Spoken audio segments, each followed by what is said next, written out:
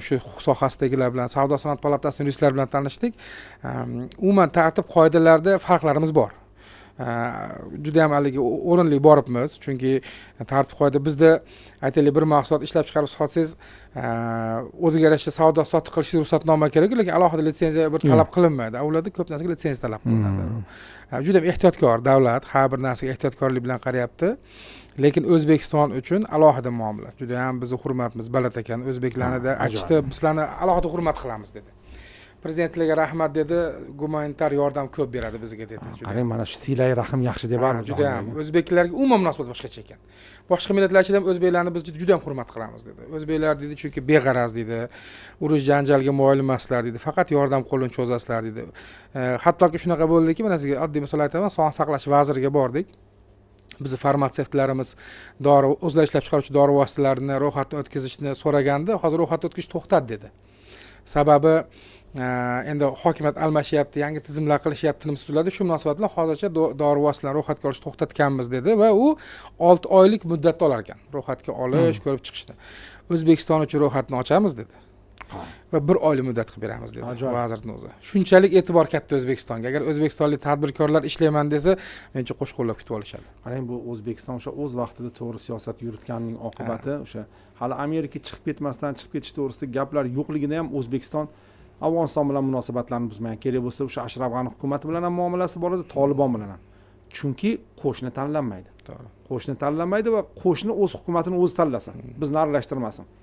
Biz u yerga kirish niyatimiz ham yo'q.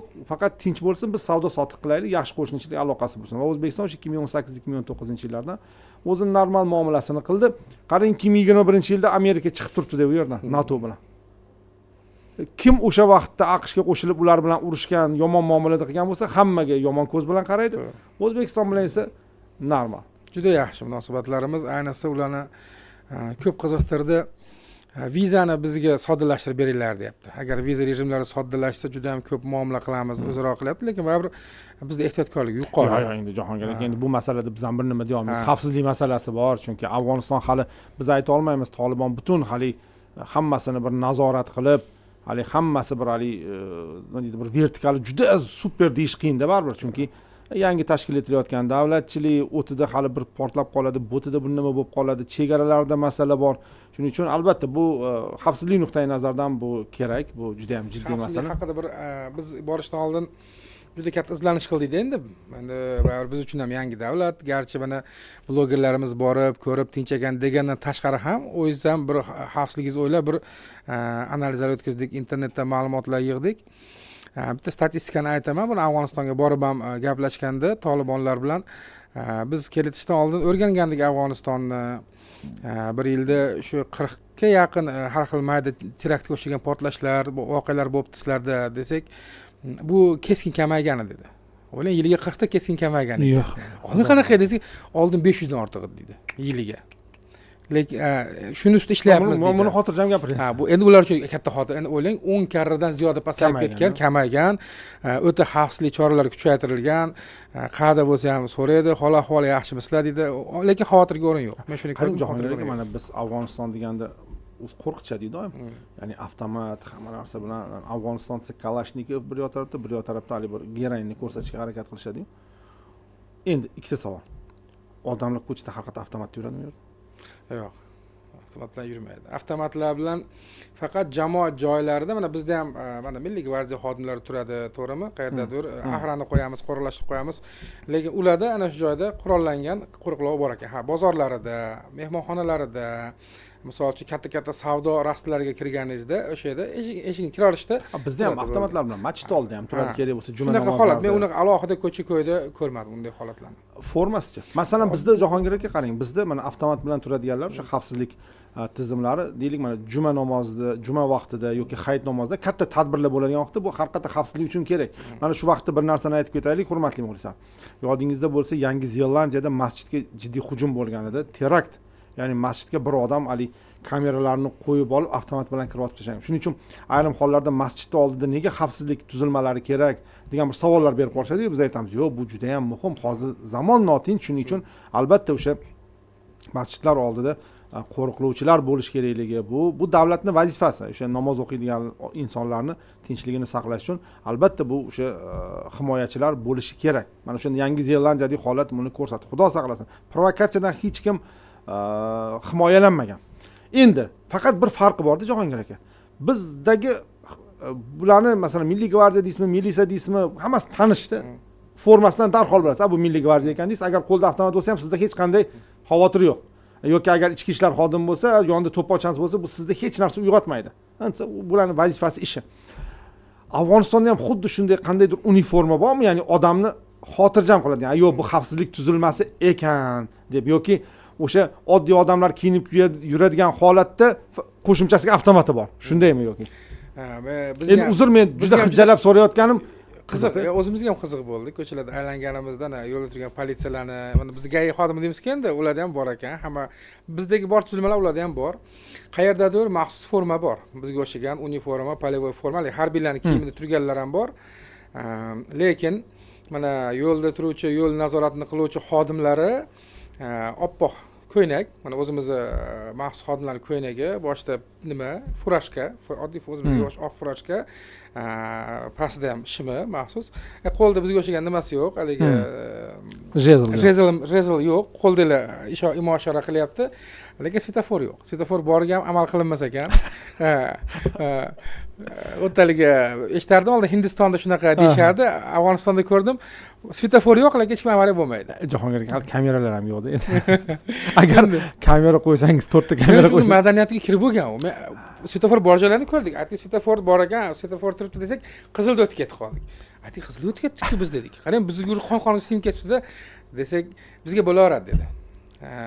Dedi, bu hammaga bo'ladimi, sizga bo'ladimi desam, endi bu yerda dedi, svetofor o'zi bo'lsa bitta ko'chada bor xolos dedi. Odamlarga unaqaligi svetoforga amal qilish aytadi-yu, bizni oramizdagi mehr muhabbat svetoforga qarab qolmagan. Shunday, lekin bir-birini tushunadi, o'tib ketishadi, hech urilib ketmaydi, lekin signal, tinimsiz signal chalib, tinmasdan signal bilan yurilasiz ekan. Aytdim, keyin O'zbekiston kelganda qarasam shunday tartib intizom bizda aytdim. Endi Jahongir aka svetoforga amal qilmaganingizdek signal bosasiz endi. Bosasiz, tinimsiz. Chunki kelayotgan mashinaga nimadir deyish kerak. Yo'q, u svetoforga amal qilish kerak yoki uni ogohlantirish kerak. Og'ayni, bu yerdan men o'tyapman. Aholi ko'p ko'chada, juda ham aholini u yerda kayfiyati o'zi qanaqa Jahongir aka? Ya'ni mana oddiy odamlarda yurganingizda qandaydir bir xavotir borga o'xshaydimi yoki erkin hech narsa bo'lmagandek yuribdimi? Chunki masalan yiliga 40 ta terakt ham bu oyiga qanchadan bo'lyapti? Shunda oyiga 3 tadan terakt bo'lyaptimi? Shunga o'xshashib ketadi. Oyiga 3 tadan biroz ko'proq terakt. Bu biz uchun juda qo'rqinchli, Xudo saqlasin. Endi shunaqa diyorda odamlar o'zi qanday yuribdi? Endi mana 40 ta teraktni aytib o'tdi, juda ham ko'p. Biz endi har bir bunday hodisani terakt deb ataymiz. Ular urushdan chiqqan mamlakat, ular uchun bu tinchlik. Kichkina oldinga nisbatan bular uchun unaqa vahimali emas va juda ham tinchlikni qadrlashini sezdim. Hammaga kulib boqishadi. Keling deydi, mehmon, iloji boricha mehmon qilay deydi. Hech haligi yov qarash yo'q. Odamlar yuzida tabassum, xursandchilik, lekin misol uchun biz endi delegatsiya 21 kishidan iborat delegatsiya birga bordik. Hammaga qiziq, kelishadi, eshitib ketishadi. Lekin unaqa yopirilib, kelib olib qarash yo'q. Unaqa haligi keskin bizdan farq ko'rganim yo'q lekin. Endi sharq odamlar 3 yil ichida ancha bosilgan xalqqa. Tinchlangan, bosilgan, tinchlik qadriga yetishgan. Bu juda ham muhim. Biz juda ham istardik shu Afg'oniston bizdan ko'p ham farq qilmaydigan, ya'ni shunday bir davlatga aylansa-da, bir chiroyli rivojlanib, xotirjam bo'lsa, biz ham xotirjam bo'lsak. Chunki Afg'onistonning xotirjamligi bizga bir necha jabhada juda ham zarur. Birinchi navbatda qo'shni sifatida uning xotirjamligi zarur bo'lsa, ikkinchi navbatda biz dunyo okeanlariga chiqishimiz kerak. Buning uchun Afg'oniston bizga tinch bo'lishi kerak. Afg'oniston orqali Pokiston orqali biz dunyo okeanlariga chiqishimiz kerak. Demak, aholisi ham ancha xotirjam. Endi borgan insonlarning xavfsizligi masalasi qanday ta'minlanadi? Bundan hali qandaydir bir alohida e'tibor beriladigan joylari bormi? Chunki baribir odam qo'rqadi-ku, bilmaysan nima gap, nima so'z.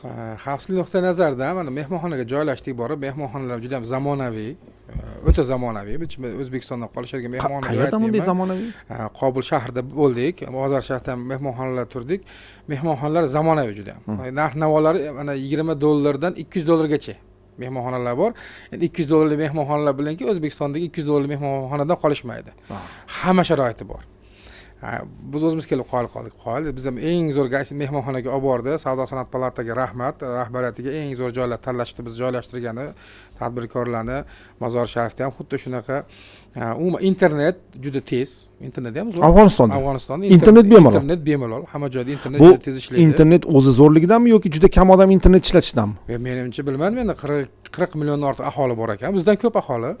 Kimda qarasangiz hammada nima? Telefon, smartfon, telefonlar, iPhone'lar, oxirgi modellar. Men hech ularni bir zamondan qolib ketib qoldi, yangilikda bilmay qoldi degan fikrdan nihoyatda yiroqman. Chunki magazinlarga kirdik, bizdagi bor, misol uchun haligi texnikalarimiz, bitovoy texnikalarimiz deymizmi, shunaqa hammasi bor. Mashinalar hammasi zamonaviy bor.